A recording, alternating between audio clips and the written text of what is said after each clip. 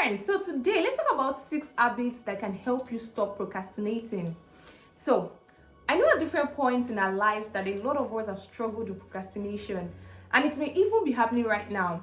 Let me tell you this, you're not alone on this. In fact, procrastination is a common negative behavior of humans. To also confirm this, according to a survey that was done by Darius Foroux, it was found that 88% of workers postpone at least an hour a day at work. So procrastination is a common problem that needs good attention.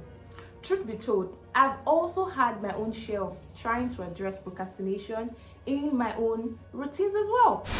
But I'm not all about just talking about the obvious problem of procrastination today. What I'm most concerned about is the solution to procrastination. So today, I'll be sharing with you 6 habits that can help you overcome procrastination. These solutions that I'm about to share with you are from my observations, learnings, and even my personal experiences. So I hope you will utilize them in your personal and professional experiences to overcome procrastination.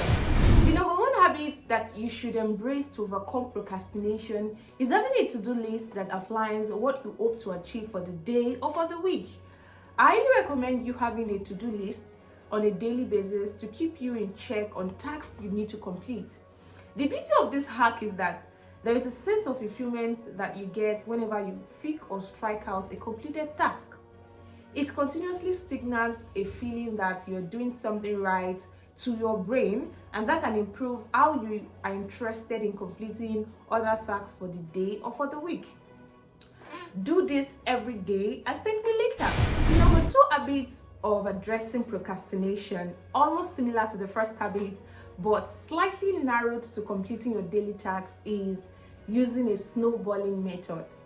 By snowballing method, I mean doing the smallest tasks to the biggest tasks. It's like an upward slope where you finish the tiny, less time-consuming tasks first, and then you progress slowly to the bigger and more time-consuming tasks. Why I strongly recommend this for you is to get more motivation from the joy of completing something. With snowballing method, you also erase the feeling of being everywhere and nowhere. But by completing less tasks first, you are preparing your mind for big tasks, and that's a good thing, because I don't want you to get stuck in a task and be unmotivated to progress to the other. And here's the number 3 habit to addressing procrastination. Wait, before I talk about this, I want to ask you a question. Do you have an accountability figure in your life or your environment? So when I say accountability figure, this can be anyone that you pay so much attention to as you're trying to achieve your self goals, and you maybe try to impress or get some form of accolades or praise from. So don't get me wrong, when I say impress them, I literally just mean that they challenge you to be better, and you feel great when you see that they are understanding that you're smashing your goals. So these figures can be your boss, your mentors, your siblings, your parents, your partners, and even religious or social leaders, amongst others. So back to my question, do you have any of these figures around you? And if you do not have any, get yourself one immediately. So what an accountability figure does for you is that they help you stay on track of taking actions. You usually feel a bit awkward or embarrassed if you notice that they see that you're not taking action or completing your task. So because you do not want them to feel bad about you not taking actions, you don't procrastinate. So my number 3 habit to addressing procrastination again is to stay accountable to an accountable figure in your life.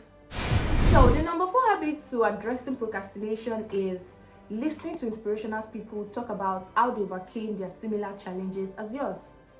So this can be in the form of podcasts, videos like this, seminars, workshops, or even just any talk program that constantly raises your spirit to take action.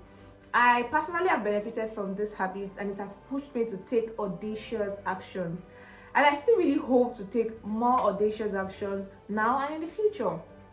The key points of my message to you in particular with this habit is that words have a strong way of laying seeds in our minds, and in turn our minds translate the seeds into fruits that propels us into actions and intentionally drifting us away from procrastinating. So if you have not cultivated the habit of constantly feeding yourself with inspirational words, start doing so today. Words are powerful, and you need the positive ones to overcome procrastination. The number 6 habit of addressing procrastination, and finally on my list, but very, very important to address procrastination, is to know your goals and to see the big picture of your dreams. So one good way to constantly tell your mind to never procrastinate is when you are constantly picturing yourself achieving your goals in your mind. This habit will effortlessly motivate you to take actions.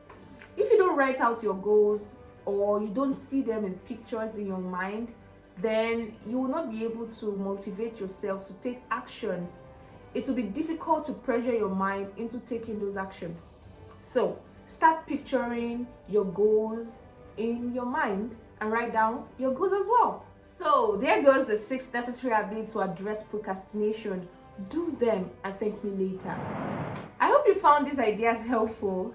If you do, remember to like this video, subscribe to this channel, and share with someone else who you think needs to see this. Remember the goal: stay inspired, stay motivated. See you. Bye.